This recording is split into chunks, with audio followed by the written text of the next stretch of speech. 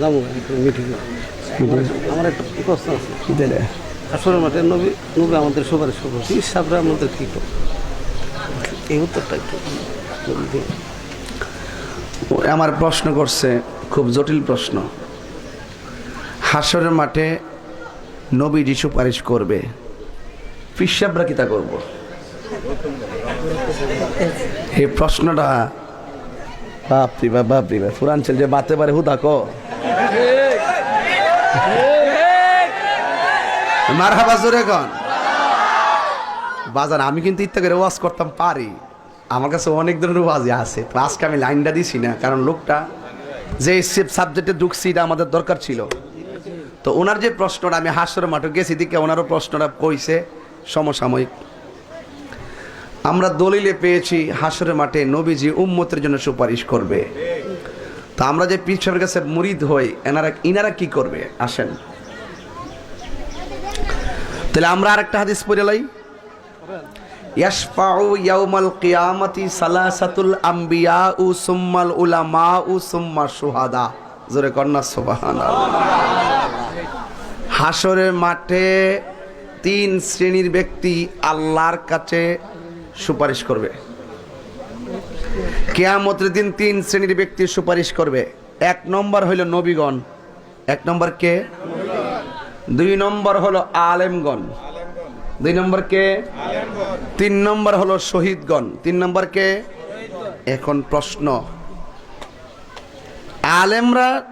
আলেমরা মানে হলো পীর, পীর মানে মুর্শিদ, মুর্শিদ মানে যিনি জ্ঞানী, যিনি শায়েখ, যিনি উস্তাদ, এখানে আনতে হবে, এখানে এটা ছাড়া হবে না।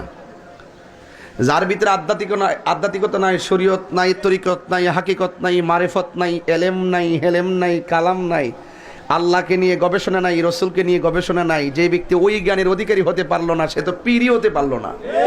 কথা কোন ঠিক না বেঠি? এইগুলো মাইরা যারা তরিকতের কাজ করবে তারাই আলেম, তারাই কি শুধু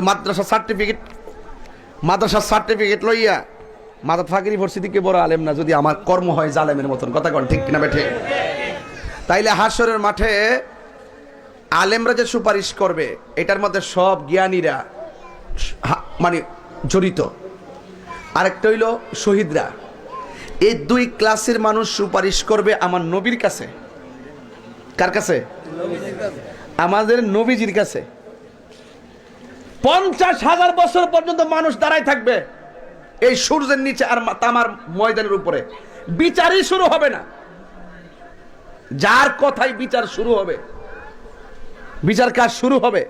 কত ভয়াবহ অবস্থা। এই যে ঘন্টাখানেক বইছেন, কি যেন অস্থি লাগতেছে, তাকদার জান শেষ করা না গেলে শেষ করে না গেলে গিয়া, আর সেখানে 50,000 বছর দাঁড়াই থাকবো, 12টা মুখ লইয়া তাপ মারবে, বিচারই শুরু হবে না। কি ভয়াবহ অবস্থা। সবার মুখে থাকবে নাফসি নাফসি। তখন আলেমগণ, শহীদগণ আমার নবীর কাছে যাবে। নবী তখন মাকামে মাহমুদের গোড়ায় সেজদায় পড়ে থাকবে। নবী মাথা মোবারক তুলবে না। আল্লাহ বলবেন, ইয়া মুহাম্মদ ইরফা রাসাকা ওয়াসাল তুতা ওয়াশফা তুশাফা। হে নবী, আপনি অনেক কেঁদেছেন, আর কাঁদবেন না, এখন আপনি মাথা মোবারক তুলুন। বাবা তুমি বসো, তুমি বসো, ওইদিকে দেবো, আরেকটু না, লাগবে না, বসো বসো।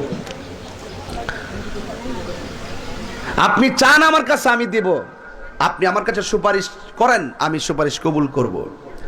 তাইলে শাফাআতে কুবরা আমার রাসূল একমাত্র যিনি, আল্লাহ যেই কোর্টের হাকিম হবে ওই কোর্টের মধ্যে একমাত্র উকিল হবে রাহমাতুল লিল আলামিন। জোরে কোন সুবহানাল্লাহ। আমি কি বোঝাতে পারতেছি? আমরা হব ওই কোর্টের মধ্যে আসামি। আমরা কোর্টে কি হব? আসামি হব। আর আমার রাসূল সুপারিশ করবেন। তাইলে আলেমরা, শহীদগণ নবীরে যাইয়া ধরবে, ডাইরেক্ট আল্লাহকে যেতে পারবে না। একমাত্র ইয়াশফাউ ইনদাহু ইল্লা বিইজনিহি ইয়ালামু মা বাইনা আইদিহিম, একমাত্র আল্লাহর কাছে সুপারিশের একমাত্র অনুমতি পাবে আমার রাহমাতুল লিল আলামিন। জোরে কোন সুবহানাল্লাহ। এমন কি শুধু আলেম আর শহীদ না, 1,24,000 পয়গম্বর কেউ আল্লাহর সামনে কথা বলতে পারবে না। আমি কি বোঝাতে পেরেছি?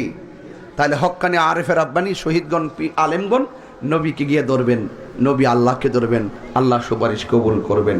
এটা হলো লাইন। এটা কি লাইন? সীমা লঙ্ঘন করা যাবে। আপনি লাইন ছাড়া চললে কি হবেন? অ্যাক্সিডেন্ট হবেন। কালাম সহি আমি কি এখন বুঝতে পারি? তারপর তো ওতে আমি উত্তর পাইছি। আলহামদুলিল্লাহ। যাক, উনি বলছে কালাম সহি, অর্থাৎ যা তিনি প্রশ্ন করেছেন তিনি উত্তর পেয়েছেন। আলহামদুলিল্লাহ জোরে বলেন, আরো বড় করে বলেন আলহামদুলিল্লাহ বলেন। এটা কি?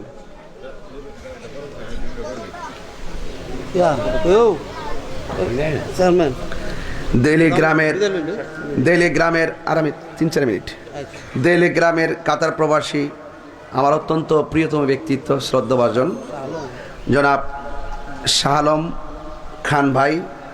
ওনার মায়ের দ্বিতীয় মৃত্যুবার্ষিকী হলো আজকে হাজার হাজার মানুষ, আমি আমার ভাইয়ের আম্মার মৃত্যুবার্ষিকীতে ওনার আম্মার জন্য দোয়া চাই। আপনারা ওনার আম্মার জন্য দোয়া করবেন। আল্লাহ যেন ওনার আম্মাকে জান্নাতুল ফেরদৌসের আলা মকান দান করে। জোরে বলেন আমিন। আরো জোরে বলেন আমিন।